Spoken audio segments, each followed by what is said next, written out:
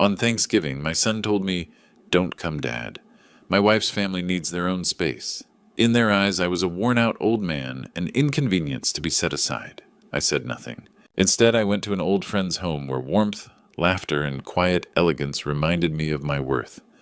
Later, I posted one simple photo, minutes after my phone erupted with 15 desperate calls.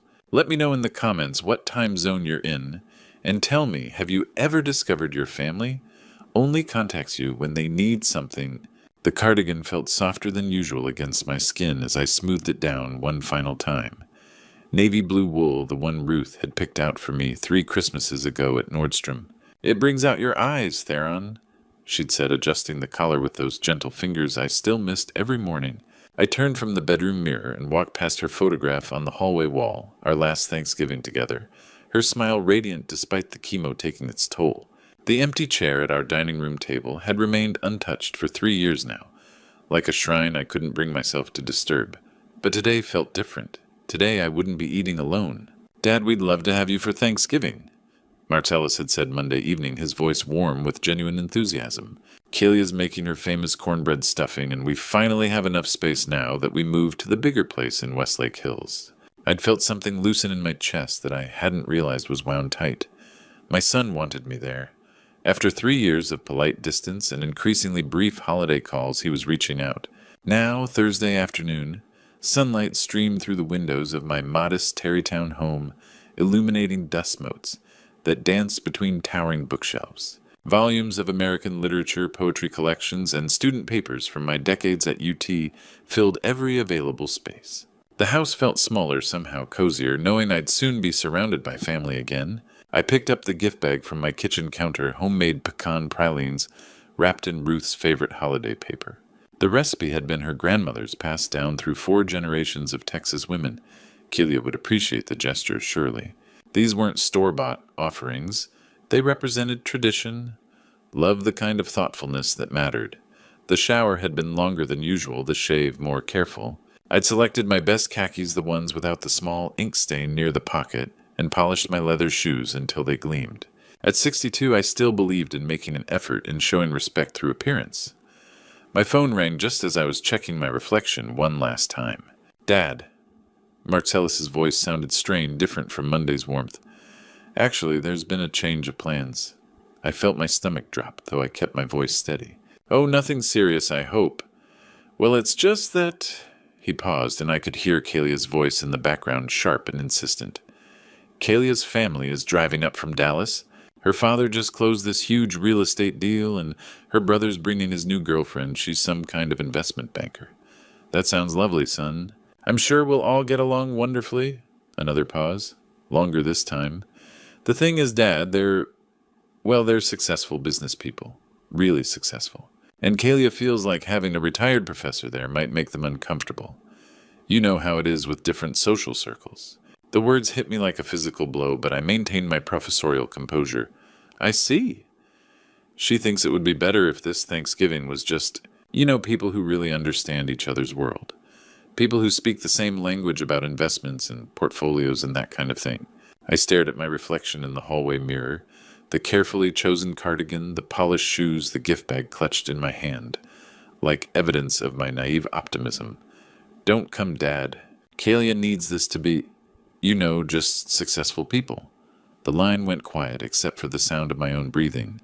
Through my front window, I could see neighbors heading to their cars with covered dishes and wine bottles. Families gathering for the holiday that celebrated gratitude and togetherness. "I understand, son," I said finally. "Family comes first." After the call ended, I remained standing in my hallway, still dressed in my best clothes, still holding Ruth's grandmother's pralines. The house felt larger now, emptier, filled with the echo of broken promises and the bitter taste of not being good enough for my own son's table. The phone's sharp ring shattered the silence of my empty house. Unknown number. I almost ignored it, but something made me answer. "Theron, this is Alderic Vanner, my old colleague from UT's business school. We'd shared countless coffee conversations years ago debating Faulkner and free markets until the campus closed around us. He'd left academia to start his own company 15 years back." "Alderic," I said, surprised. What a Paul Garcia mentioned you'd probably be spending today alone again. His voice carried the same warmth I remembered from our university days. Sharon and I decided that's not happening this year. Paul Garcia, my 73-year-old colleague who still kept tabs on everyone's lives like a small-town newspaper editor, he knew I'd spent the last 3 Thanksgivings by myself since Ruth passed, declining the occasional pity invitations that felt more like obligations. That's thoughtful, but I'm fine on my own. No, you're not, and neither would I be. Aldrich's tone grew firm. Sharon's making her famous turkey with bourbon glaze. Remember you said it reminded you of your grandmother's recipe at that Christmas party years ago. The fact that he remembered such a detail moved me. You have an excellent memory. I have excellent priorities. We're having people over at the Lake Travis house. Nothing fancy, just good food and conversation. We'd love your company. Lake Travis, Austin's most prestigious neighborhood. The old academic insecurity crept in. I don't want to impose on family time. Theron, his voice grew paternal. You are family to us. The kind that matters. The kind that chooses to care. When was the last time someone had called me family and meant it, besides Sharon's been wanting to discuss her new book club with you? She's tackling Morrison next month. Toni Morrison, one of my favorites to teach. Something dormant sparked to life. She has excellent taste. So do we, which is why we want you here. 4 o'clock work, 2847. Scenic Drive, right off 620. Stone gates, you can't miss them. After hanging up, I looked at my carefully chosen clothes. They felt different now, not like a costume for people who didn't want me, but like preparation for something promising. I grabbed my keys and the pralines. Ruth's grandmother's recipe deserved to be shared with people who might appreciate it. The drive took me through the heart of Austin past the university where I'd spent my career, over the Colorado River winding through the city like silver thread. November afternoon light slanted golden through my windshield. Scenic Drive's houses grew progressively larger. When I reached 2847, elegant limestone gates opened onto a curving driveway through mature oaks. The house beyond was substantial, but warm golden light spilling from every window. I parked between a Mercedes and BMW my Honda Civic, looking like a scholarship student at reunion, but through the windows I could hear genuine laughter, see animated conversations. This wasn't the small gathering I'd expected. At least 20 people moved through the rooms, and from what I could glimpse, they weren't just neighbors. Was that Margaret Sullivan, the arts columnist from the Austin American-Statesman, and David Rodriguez, the tech entrepreneur from Texas Monthly's recent cover? My hand hesitated on the doorbell. I wasn't walking into an intimate dinner. This appeared to be Austin's intellectual and business elite gathered in one place. What was a retired literature professor doing here? Sharon opened the door with a warm smile. Theron, come in, everyone's been looking forward to meeting you. Before I could process that statement, a woman in burgundy approached. Professor Veilhart, Jennifer Walsh. I took your American literature seminar in '94. I struggled to place her. Jennifer, the Flannery O'Connor paper on grotesque imagery. Her face lit up. You remember that class changed everything for me. I'm Austin's cultural arts director now, and I still use what you taught us about stories revealing truth. A tall man joined us. David Rodriguez. I never took your classes, but that guest lecture you gave at the business school 15 years ago about narrative structure and corporate communications. People still quote it. Changed how I approach presentations entirely. Business circles discuss my lectures. I couldn't hide my surprise. Your students run half the nonprofits in this city, said Margaret Sullivan, approaching with wine glass in hand. Austin American-Statesman. I've wanted to meet you for years. Aldrich appeared, pressing wine into my hand. Told you this was your crowd. Professor Veilhart, another voice called. A distinguished man in his 50s approached. Robert Morrison, Austin Literary Press. Half the writers we publish studied under you. That's flattering. It's fact. We've been hoping you'd consider writing something yourself. Austin needs its intellectual history told by someone who lived it. You want me to write a memoir, your perspective on how this city's literary culture developed. You've been at the center of Austin's intellectual renaissance for 30 years. More people joined the conversation. A tech entrepreneur credited my critical thinking approach. A nonprofit director quoted my lectures on social justice through literature. A city council member mentioned my influence on arts policy discussions. You really don't know, do you? Jennifer Walsh observed. The impact you've had on this city. I looked around the room at faces animated with genuine respect, at successful people who remembered my classes, my ideas, my influence. At my son's house, I was an embarrassing retired professor. Here I was, someone whose life's work mattered. Think about that memoir Robert Morrison pressed. Your story isn't just personal history, it's Austin's history. The story of how ideas shaped a city. A woman I recognized as the university's development director approached. Professor, we've been discussing endowing a scholarship in your name. Your former students want to fund it. My throat tightened. A scholarship in my name. We should get a photo, someone suggested. Capture this moment. As conversations continued around me, I felt something I hadn't experienced in years, the recognition that my life's work had meaning beyond classroom walls. These accomplished people didn't just tolerate my academic background, they celebrated it. For the first time since Ruth died, I felt like myself again. Not just a lonely widower, but Professor Theron Valahart, someone who had shaped minds and influenced a city. Maybe it was time to share this feeling with the world. Friday morning, sunlight streamed through my study windows, casting long shadows across the stack of ungraded papers I'd abandoned years ago, but couldn't bring myself to throw away. My coffee was still steaming when my phone began its relentless buzzing. 7 missed calls, 15 text messages, all from Marcellus. I'd posted a single photo last night, myself with Robert Morrison and Jennifer Walsh, the Lake Travis sunset glowing behind us. The caption was simple. Grateful for friends who see the value in a life spent teaching. My phone rang again. Marcellus. Dad. Thank God you answered. We've been trying to reach you all night. It's 8 in the morning, son. I was sleeping. We were worried sick. You didn't answer your phone, and then we saw your post. Worried sick. I set down my coffee cup. Like you were worried when you needed $18,000 for Kalia's marketing business, or $23,000 for your MBA program, or $31,000 for that once-in-a-lifetime investment opportunity. The silence stretched. Dad, that's different. We needed help. And now you need help again. Only this time it's not money. It's access to my friends. That's not fair. We just want to be part of your life. Part of my life. My academic mind, trained to analyze patterns, was suddenly applying that same scrutiny to my own bank statements. When was the last time you called me without needing something, Marcellus? Another pause. Dad, who were those people in the photo?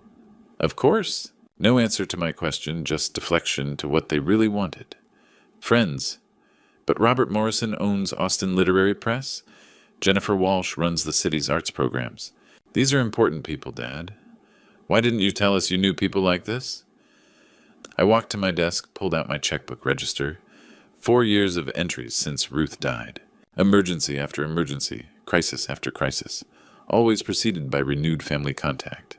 Would it have mattered yesterday, son?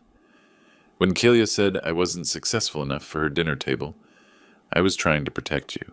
You were trying to protect yourself. From the embarrassment of having a retired professor for a father, I heard muffled conversation, then Kalia's voice. Theron, hi, it's Kalia. We just saw your Facebook post. You look so distinguished with those literary people. Yesterday I was too embarrassing for your guests. Today I look distinguished. Just like last month I was family when you needed $25,000 for the car down payment. Her voice tightened. That was a legitimate emergency. Like the roof repair that never happened, the medical bills that coincided with your vacation photos, the business opportunities that only existed in your imagination. I flipped through pages of my register. $127,000, 4 years. Every major transfer followed by weeks of family dinners until the money was spent and the calls stopped coming. We should discuss how these relationships could benefit everyone, Kelia continued. Family should help family, right? Family should help family. The same phrase she'd used every single time. How much, Kelia? What? How much have I given you? Take a guess. Silence. $127,000 in 4 years. Every emergency that brought you back into my life, every crisis that made you remember you had family. Marcellus's voice returned shaky. Dad, we've always been grateful. grateful enough to exclude me from Thanksgiving until you realized I might be useful again. The pattern was crystal clear now. Money equaled family time. Crisis equaled contact. And now that they thought I had valuable connections, suddenly I was worth their attention again. You didn't betray me once, son. You've been betraying me for 4 years. Every emergency, every crisis, every time you chose her manipulation over your father's dignity. That's not true. Then tell me, when was the last time we had dinner that didn't follow a bank transfer? The silence gave me my answer. My son, my own son, had been part of a systematic financial exploitation disguised as family emergencies. And now they wanted to exploit my professional connections the same way they'd exploited my savings. The betrayal wasn't just emotional anymore. It was calculated, methodical, and it had cost me more than money. It had cost me 4 years of believing I still had a family who loved me. By 10 that evening, my home office looked like I was preparing for the most important research project of my academic career. Bank statements spread across my desk in chronological order. Phone records printed and highlighted a yellow legal pad filled with dates and amounts in my careful professor's handwriting. If I was going to understand what had happened to my family, I would approach it the same way I'd approached 30 years of literary analysis, with methodical precision and unflinching honesty. The first document was Ruth's final letter to me, written during her last week in hospice. I'd read it countless times, but tonight, one paragraph stood out with painful clarity. Watch for Kalia's influence on Marcellus. She sees dollar signs where she should see love. Don't let your generosity become their crutch, my darling. Sometimes the kindest thing is to say no. Ruth had seen it even then, the pattern I was only now beginning to understand. I opened my laptop and created a spreadsheet with clinical detachment. Date, amount, stated reason, actual outcome, family contact frequency before and after. The data points began forming a picture that made my stomach clench. March 2021. $18,000 for Kalia's emergency marketing consultancy startup. 2 weeks of daily calls beforehand. 6 weeks of family dinners afterward, then silence until the next crisis.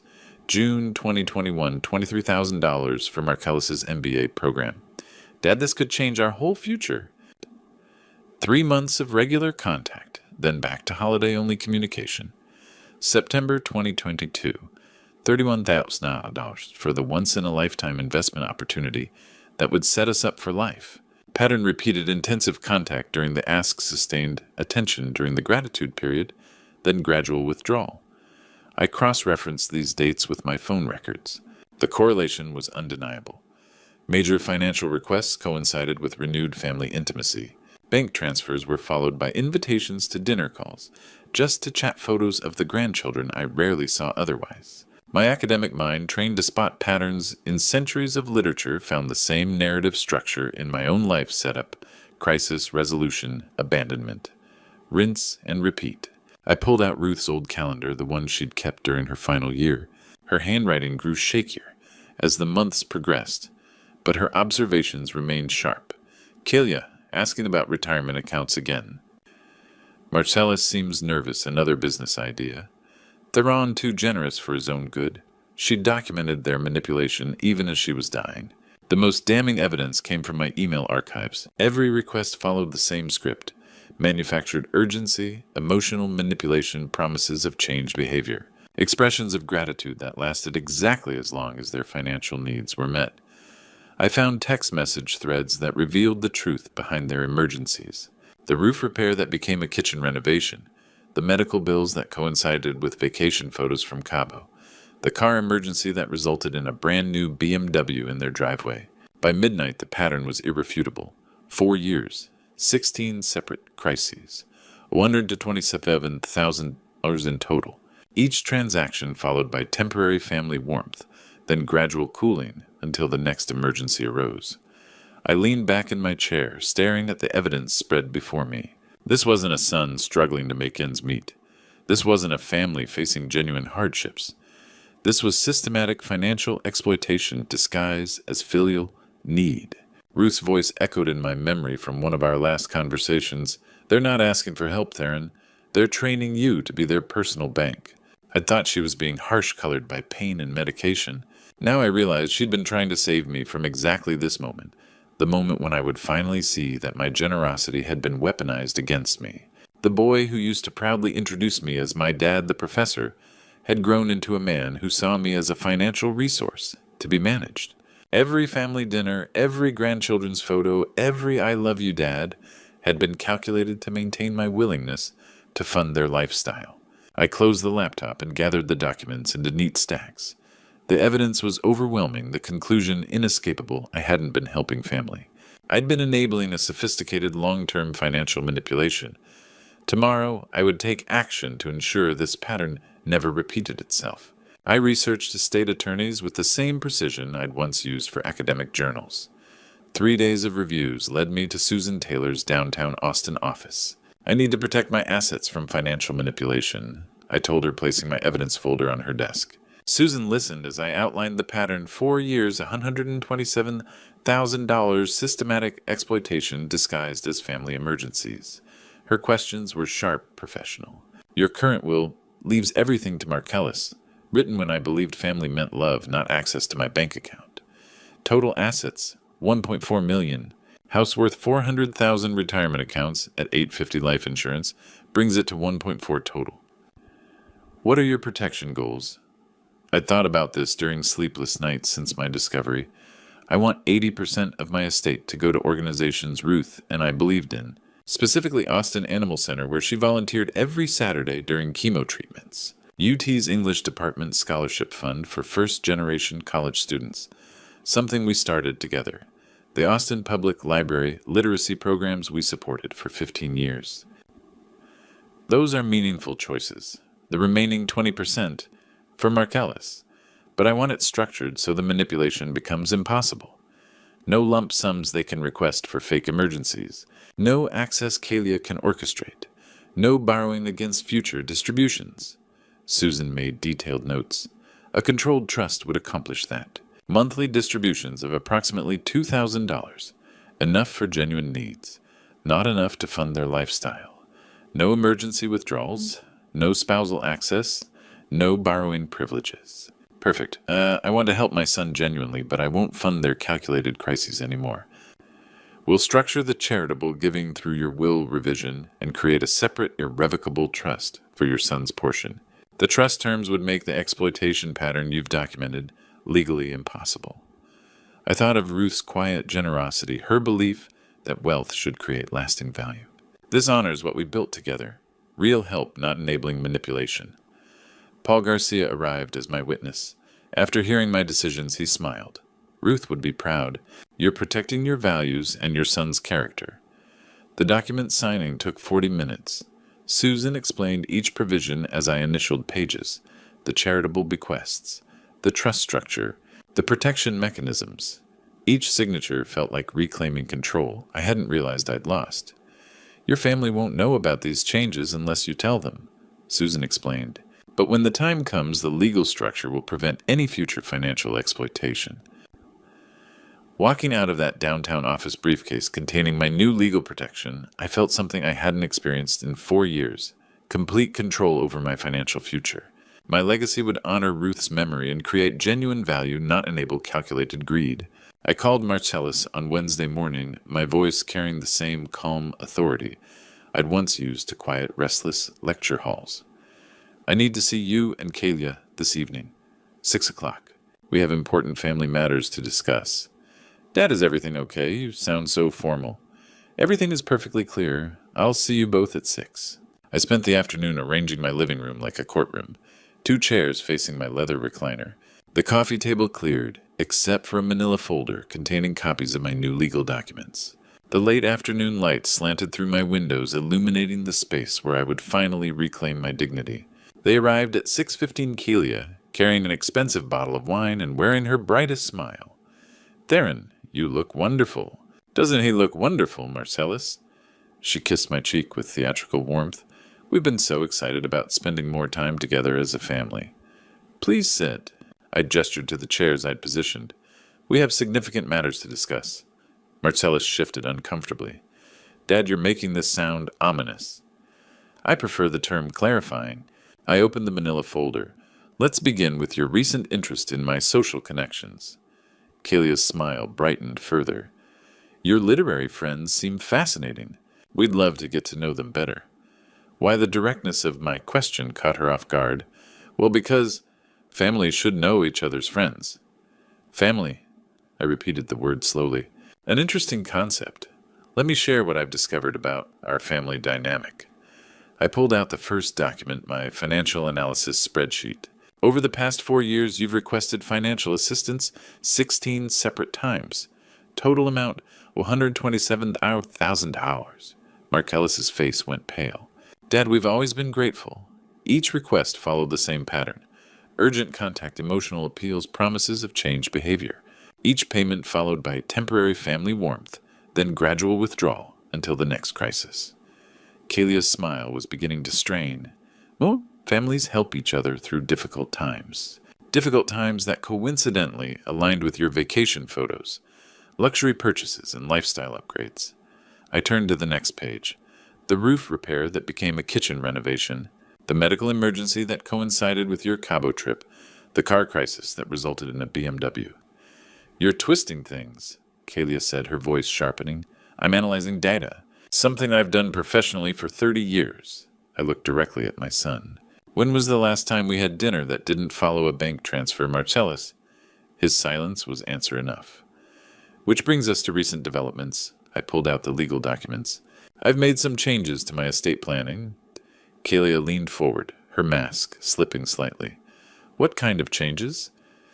80% of my assets will go to charitable organizations, Austin Animal Center UT scholarships, literacy programs, causes Ruth and I believed in. 80%, Kalia's voice cracked. What about Marcellus? What about your family? Marcellus will receive 20% through a controlled trust. Monthly distributions sufficient for genuine needs. No lump sum access. No borrowing privileges. That's not fair. Kalia stood abruptly. That money should stay in the family. It will, with my son, not with you.